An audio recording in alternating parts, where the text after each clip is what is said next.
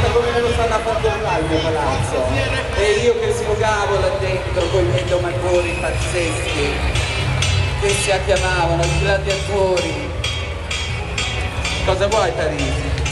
Vuoi raccontare la tua prima notte con Nerone del Colosseo? Beh, non mi sembra educato nei suoi confronti. La prima notte è per sempre privata per ognuno di tutti. Oh no, facciamo un applauso alla prima notte!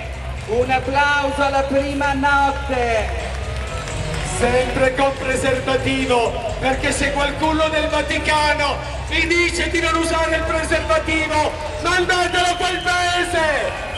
Usate sempre il preservativo per il prossimo mostro a cui volete bene!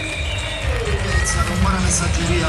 Meglio un momento sicuro che una vita di insicurezza. C'è Roberto è uno di noi, è uno della nostra comunità.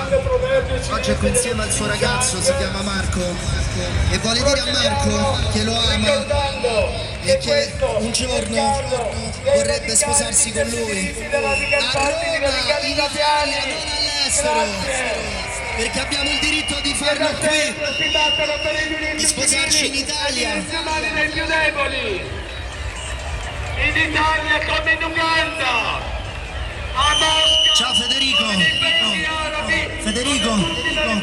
Federicaccio. E dove le persone omosessuali sono ancora incarcerate ed in alcuni paesi